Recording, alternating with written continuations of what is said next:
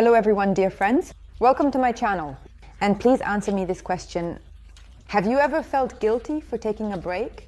As if during this time you must be productive, doing something useful. And I think this is a big problem. Society instills in us that we must always be productive. In this video, I would like to talk with you about how to get rid of the guilt that arises when we take a break. And let's recall a bit why we feel guilty for resting.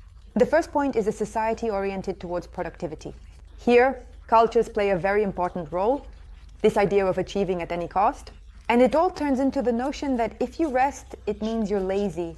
And often bloggers on social media show how they are doing something, how they beautifully write in their notebooks, how they lay out their mats and start exercising. But usually they don't go on their blogs when they are resting because they are actually taking a break from the blog. Or for example, another story is when people show their successful success, how they lie on the beach, relax and do nothing. And this image also pressures us because it seems like we haven't finished something. We probably aren't efficient or productive enough to allow ourselves to do nothing and lie on the beach. And so it means you need to go and work 24/7 to achieve this picture. But both of these images are false. Many people are also used to evaluating themselves through achievements. That is, I am good not just because I exist, but I am good only if I have done some productive things.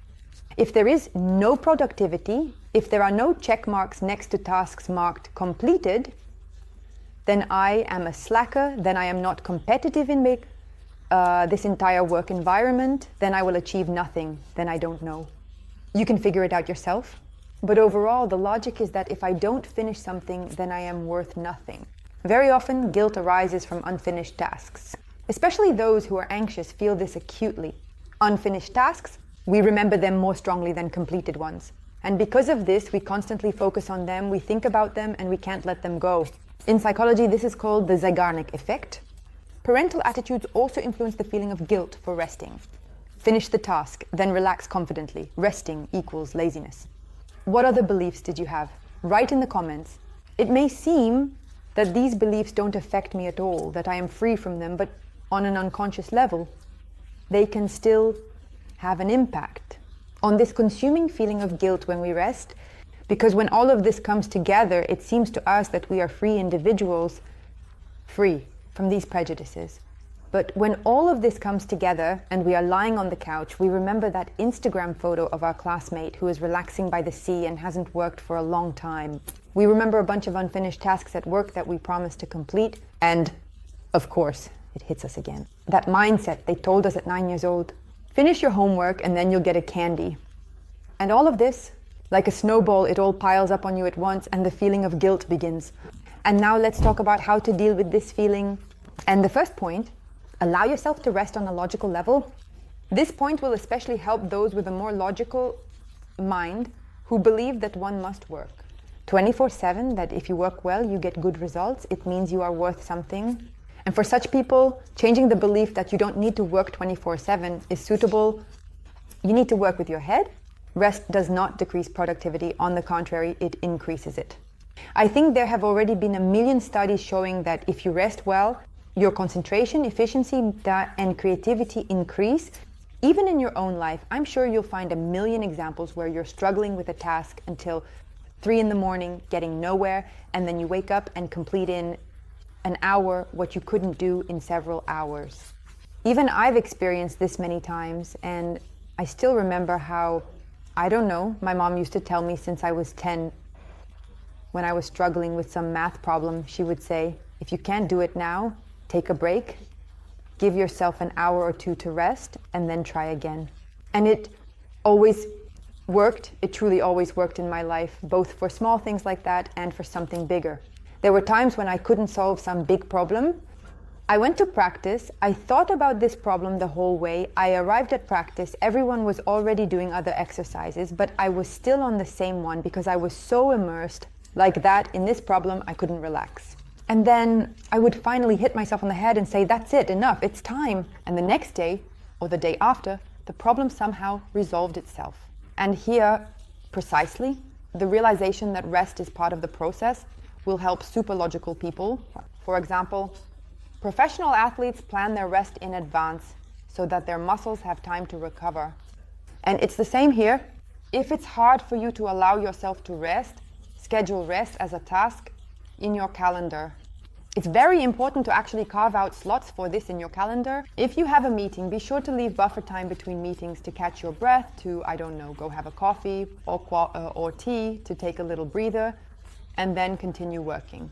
Because, for example, we spent a certain amount of energy on the meeting, it was one type of thought process, and then immediately switching to another task is quite difficult for the brain. That's why some break is needed, not just between meetings. It's very important to take at least a 5 to 10 minute break between tasks. And another important point regarding rest, let's say you've made an agreement with yourself, you've scheduled a slot in your calendar specifically for your rest, you plan it regularly every day after work, you have an hour there, a break for yourself between some tasks. But suddenly you realize that during your rest you continue to think about tasks. And if this is really the case, if you are indeed thinking about tasks, then you are not resting. It means you cannot disconnect from your work. And here, the practice of slow rest can be very helpful. Put away the phone, turn off notifications. I recently, by the way, talked to a colleague and she tells me, I don't like the evening because even when work is over, I still think about work.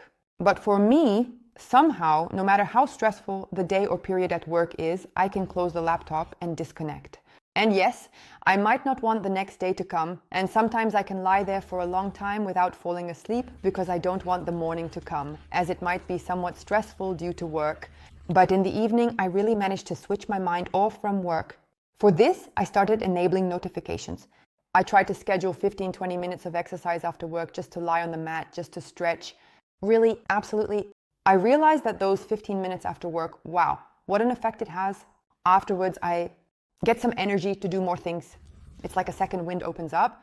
Try it. Try going for a walk.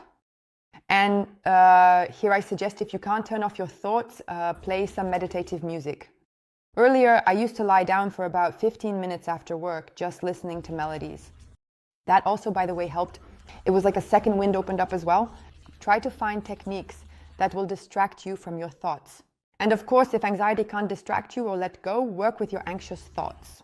Write down everything that worries you on a piece of paper and make an agreement with yourself that you will definitely return to it, but later. Anxiety is thoughts about the future, about what might happen, what could occur, and it usually arises in terms of tasks or because we don't know when we will complete them. We are afraid that we won't complete them, and as a result, there will be some consequences.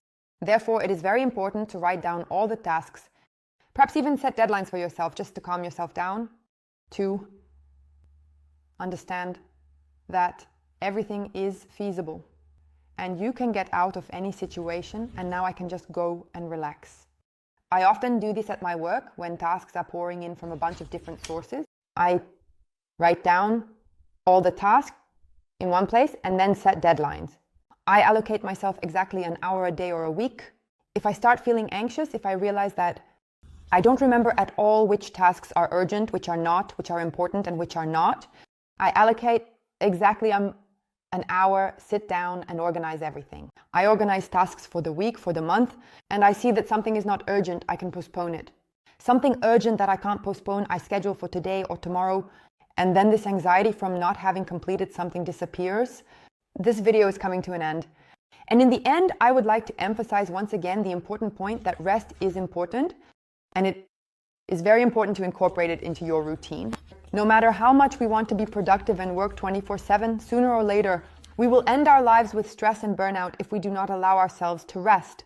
And I also wanted to highlight that the type of rest you choose is very important. For example, we might consume some content and think we are resting, while in reality, our nervous system might be under tension. Firstly, from some new content, from new information, and secondly, from the background. That feeling that you are doing nothing, that is, if you are watching content and at the same time you feel guilty for watching it, you are still not resting. And therefore, initially, I recommend allowing yourself to actually rest and then choosing quality rest, the way you rest. If you are resting, then you are resting in this way. And if you are used to cheap dopamine, watching YouTube, scrolling through relaxation, I advise you to break this habit and limit the time spent consuming content, because it greatly affects the quality of our rest and how much time we have on what we spend it. Because in the end, you might tell yourself, oh, I seem to have rested, but in the end, nothing was accomplished. poor quality rest drains energy because it is not truly rest. Choose a resource that provides rest. This brings my video to an end. Thank you very much for watching. Please write in the comments if you blame yourself for resting and what you do to combat this guilt. Subscribe to the channel, give a thumbs up, and goodbye to everyone.